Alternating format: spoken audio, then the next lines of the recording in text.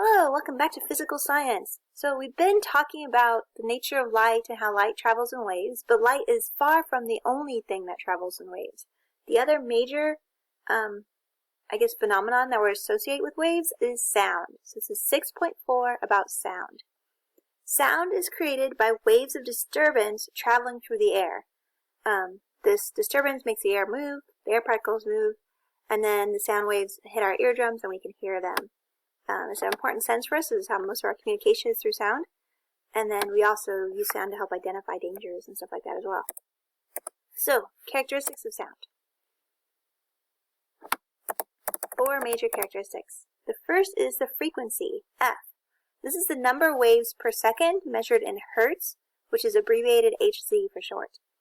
The way that our brains interpret this is as the pitch of the sound, how high or low the sound is to us. A high frequency sound has a higher pitch than a low frequency sound. And we actually can hear a fairly wide range. We can hear from about 20 to 20,000 hertz. Now this range can change depending on things like hearing damage, but also just age. There's sounds that younger people can hear that older people can't hear anymore and stuff like that. So it's not going to be the same throughout your entire lifespan. And of course you can damage your hearing by listening to your music too loud and stuff like that as well. We call things that are lower than 20 hertz infrasonic. These would be things like some of the vibrations from earthquakes make sounds that we can't hear. Elephants talk to each other with sounds that we can't hear. We didn't even discover this until we tried recording this sort of wavelength of stuff that we can't hear.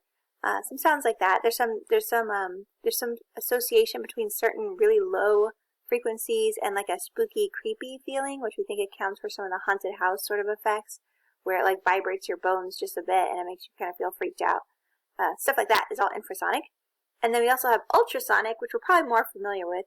Ultrasonic is higher than 20,000 hertz. This includes stuff like bat calls, some bird sounds, some insect sounds, stuff like that. They're just too high pitched for us to hear. But they can be useful for other organisms. Sometimes you can hear them, like the old-fashioned TVs used to have this real high-pitched squeal. Some people could hear it, some people couldn't. And that's the part of your hearing that you lose as you age, too, are these high-pitched notes. Okay, the second variable is its amplitude. This is how big the waves are, the intensity of the disturbance, how much is it moving the air. And our brain interprets this as loudness. It's measured in decibels. And this is one of those things that we have to kind of track for some specific jobs, because if sounds are too loud, they can actually damage your hearing or even destroy it.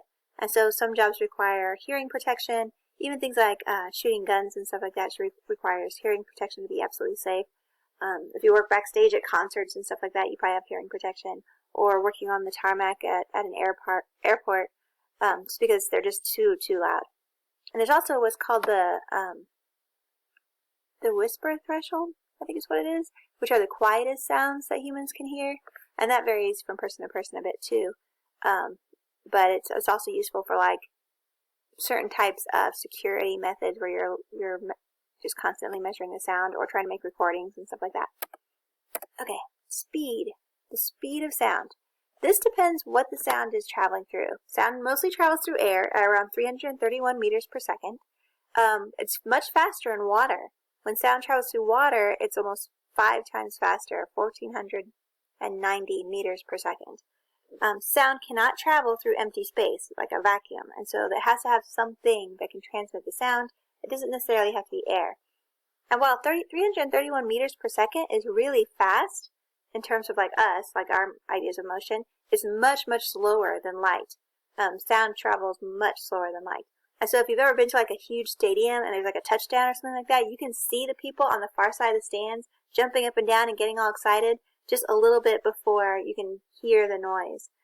You see the lightning flash, and then if you count, you can actually figure out how far away it is by how much later you hear the thunder. So light happens much faster compared to sound. Okay, and we can actually use this velocity to do some calculations. The velocity of the sound is equal to its frequency multiplied by its wavelength. This is the Greek letter lambda. It looks kind of like an upside down Y, maybe, or a person leaning over. I don't know.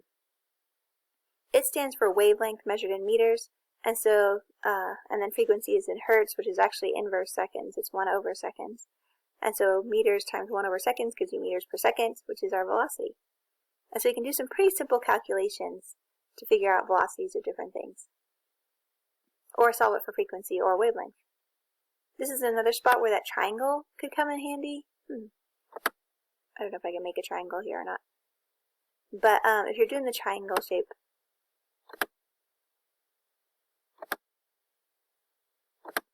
probably should have done this ahead of time. Triangle.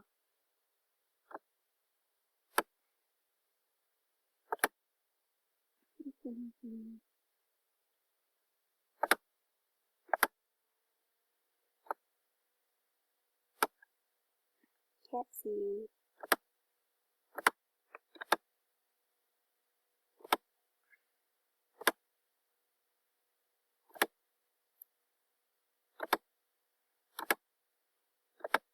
God, this is so much faster on the board.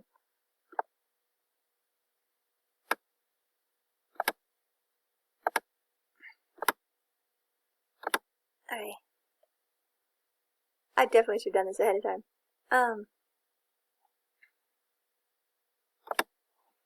So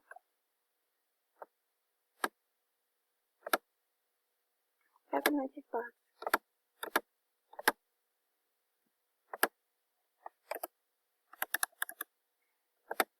We would put velocity in the top square, frequency and wavelength in the bottoms. And so when you're solving it for like frequency, it would be velocity divided by wavelength. Or if you're solving it for the wavelength, it'd be the velocity divided by the frequency. Well, I probably should edit that right out, but I'm not gonna.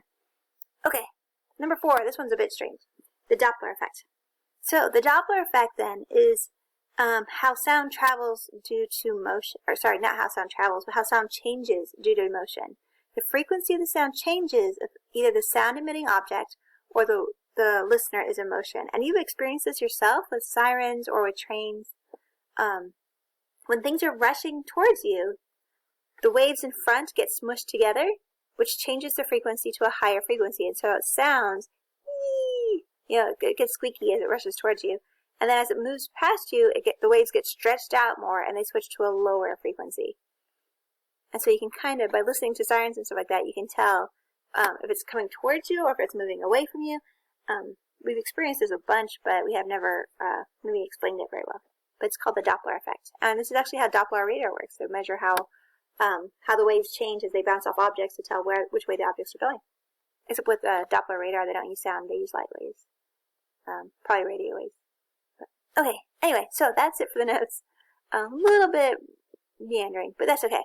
Don't forget to do the sound worksheet as well, and I'll talk to you guys later. Have a nice day. Bye.